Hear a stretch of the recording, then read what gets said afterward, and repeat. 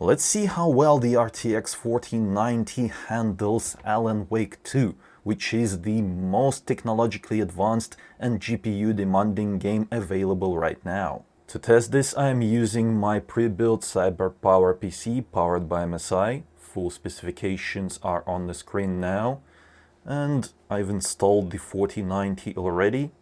Check it out. It is quite slim compared to the other 4090s out there. However, this is a liquid-cooled one, so you do get a radiator. Normally, I would install it at the top. Just move the CPU cooler over here. However, this setup is temporary, so I'm not gonna bother. By the way, if you're interested in buying this PC, then check it out at the link in the description below. Or if you want to build it yourself, then I will also have all the PC parts listed with Amazon links in the description. Today I will be experiencing this game using the MSI G321CU 4K 144Hz monitor.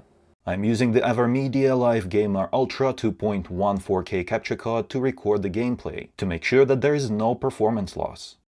Do you need a new Windows license key like I do right here with my new PC build? Then I have a great solution for you. Over the last 3 years, I've saved a lot of money by buying my Windows keys from cdkeyoffer.com. Allow me to demonstrate. I will be going for Windows 11 Pro. So just click on Buy Now. Then use my discount code iVadim. Hit Apply. And that brings the price down to $22. After that, you just submit the order and select the payment method you wish to use. I will be going with the safe and fast PayPal payment. So you just press Pay Now. Once you're done with your payment, you will be redirected back to CDK Offer. And that's your order complete. Now you can go to User Center. Actually, it will redirect you there, where you can just grab your key by pressing View Key Code, Get Key, and then copy it. Then you can use your search bar to quickly bring up activation settings, change key, insert that key, hit Next, activate, wait a few seconds, and there you go. Now you have your Windows activated and ready to use for a fraction of the cost that you would normally pay. Get yours now at the link in the description below. And by the way, you may have noticed that they also have other Microsoft software, including Office 2019 and Office 2016. Don't forget to use my discount code if you want to grab any of those. After thorough testing, I've decided to use the following graphics settings to play Alan Wake 2 using the RTX 4090 graphics card. 4K resolution, DLSS set to quality mode, frame generation enabled, and for graphics quality I'm using the highest possible settings. It's not high preset, it is higher than that. Check it out. Ray tracing is set to high preset, which means that path tracing is enabled.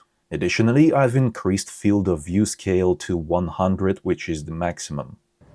These settings allow me to maintain above 60 FPS performance pretty much at all times.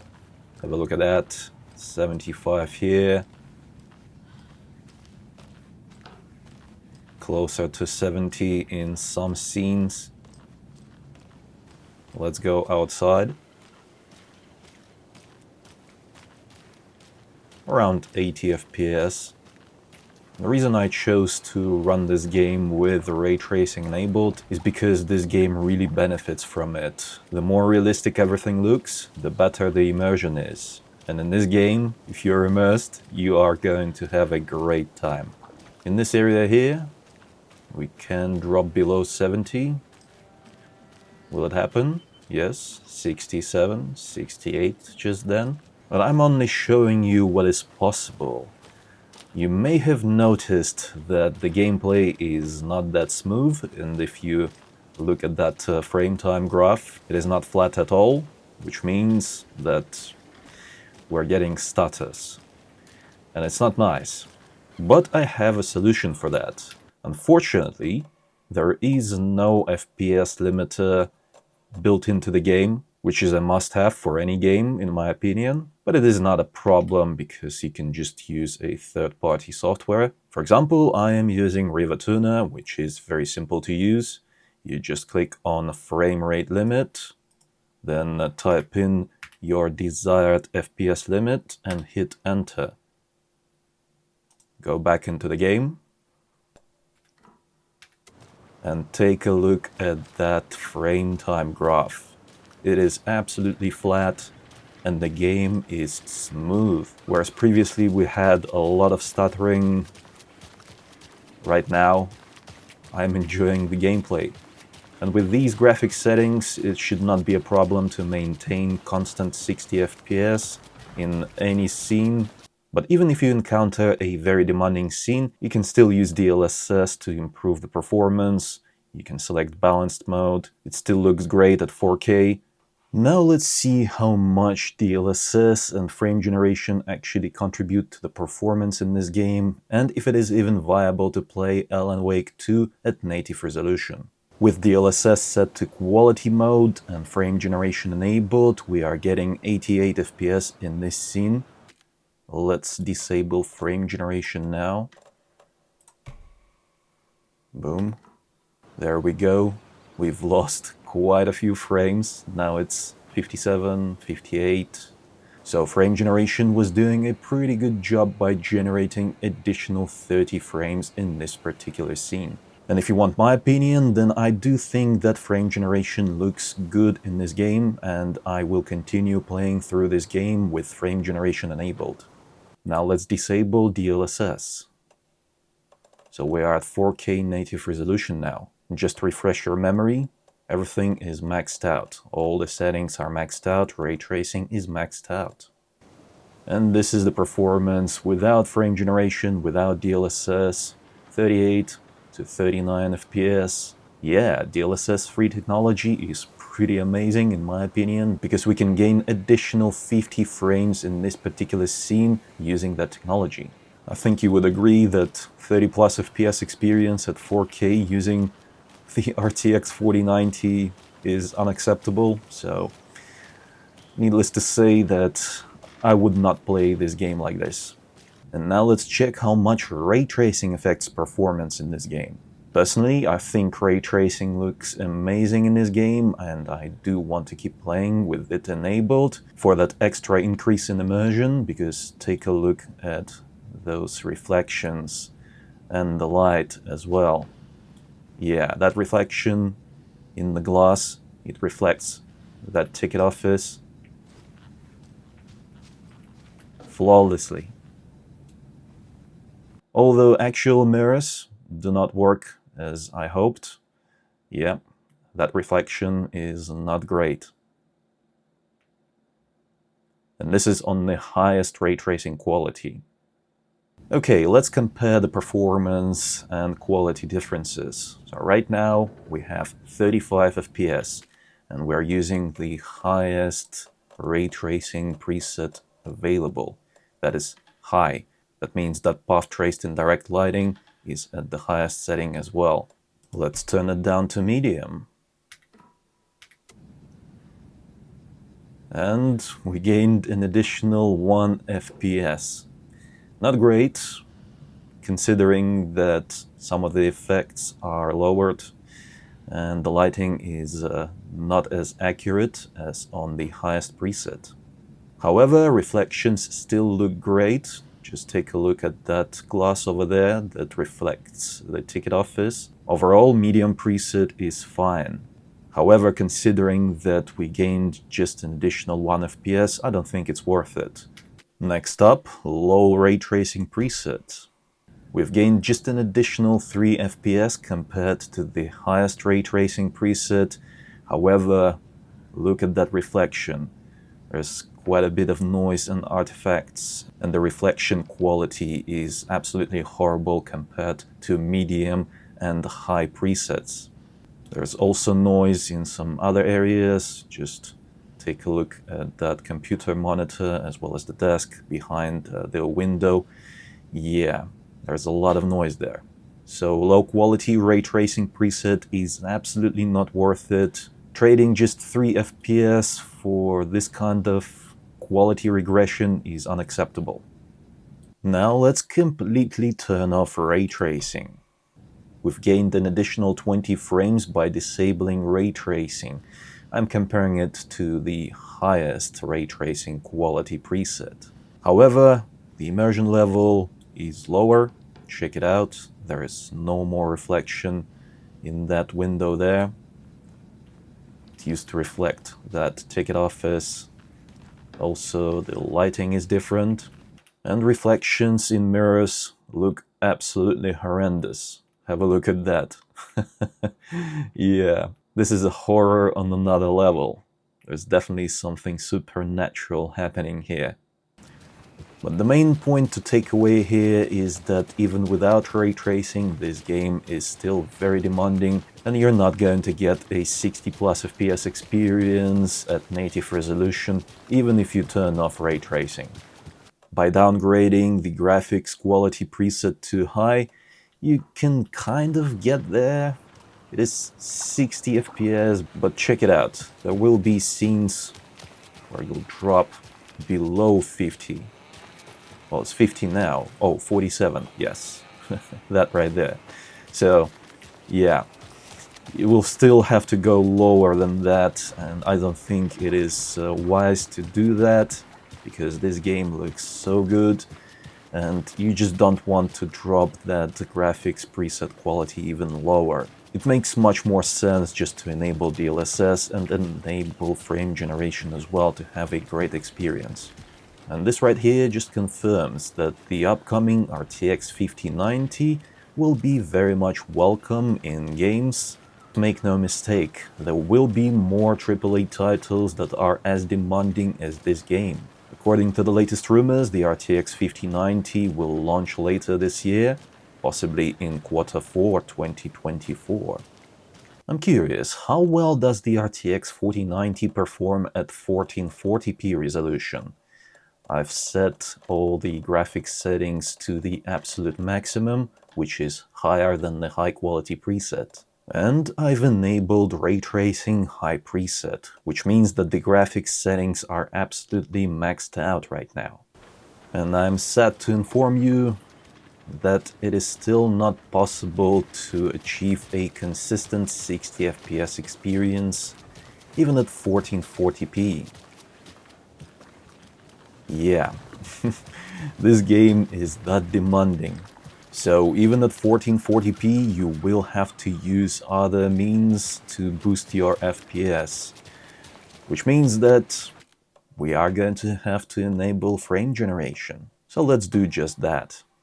And that resolves the issue. Check it out. 90 plus FPS. Let's come over here where the FPS usually drops. 80. With frame generation enabled, it is highly unlikely that the FPS will drop below 70, which means that you can go ahead and lock your FPS at 60 using these graphics settings. It is necessary to get rid of those stutters, because variable refresh rate doesn't quite work well in this game. Alternatively, if you don't like frame generation for some reason, you can use DLSS quality, which also looks okay at 1440p. And take a look at that. 60 plus FPS.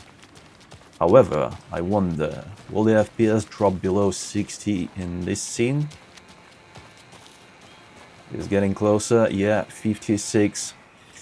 So yeah, unfortunately, frame generation is the only option to guarantee that consistent 60 plus FPS experience.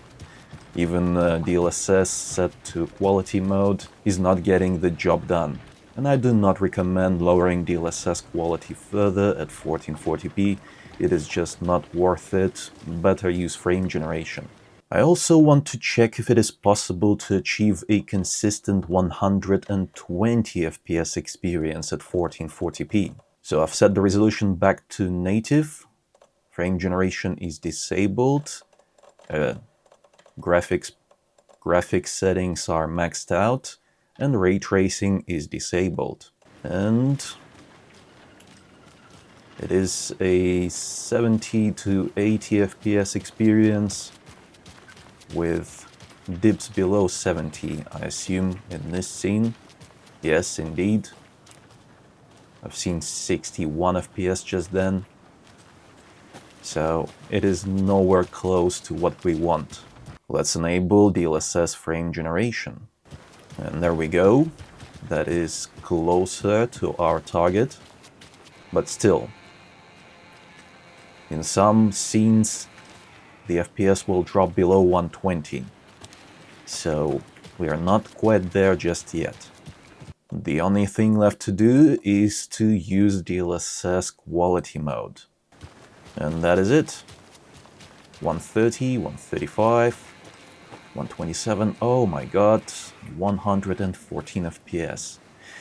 So it will still drop below 120, but only in some scenes, which should be quite rare in this game. Only when you play Saga and you enter some kind of forest. When you are in other locations, it will be fine. From my experience, there's not that many locations like that. FPS will stay above 120 most of the time. However, in my opinion, ray tracing is a must in this game if you are rocking a high-end GPU. So let's enable the highest ray tracing preset. Yeah, the FPS is staying above 100, but this means that you cannot have a consistent 120 FPS experience by locking your frame rate at 120. Good news is that you can lock it at 90 FPS and have a great time. Compared to playing this game at 4K resolution, that is an additional consistent 30 frames. And 90 frames do feel a lot better than 60. And for the sake of curiosity, let's check if the RTX 4090 can run this game well at 1080p resolution, maxed out settings, including the highest ray tracing preset. Have a look at this. 60 plus FPS so far. Will it drop below 60 here? No? 59, 57, 55. That is mad. It is just insane. But I wonder, why is that? The GPU load is still at 99, 98%. So there is no CPU bottleneck for sure. Ray tracing is just super demanding in this game. Who would have guessed when the RTX 4090 first launched that there will be a game that it cannot run consistently at 60 plus FPS at 1080p? The last thing I want to check is how well does it perform with ray tracing disabled. And even then, all we can count on is just consistent 60 plus FPS experience. I guess this makes the RTX 4090 the perfect graphics card for 1080p 60 FPS experience. Let me know in the comments below, what do you think about that? In conclusion, you can get a consistent 4K 60 FPS experience with the RTX 4090 in Alan Wake 2, with all the graphics settings maxed out and ray tracing maxed out as well. However, to achieve that, you will have to use frame generation and DLSS set to quality mode. There is just no other way. Let me know in the comments below, what do you think about all this? All products featured in this video are linked in the description below, check them out. And if you enjoyed this video, then don't forget to give it a like and subscribe for more if you haven't already. It was I, Vadim. Until next time.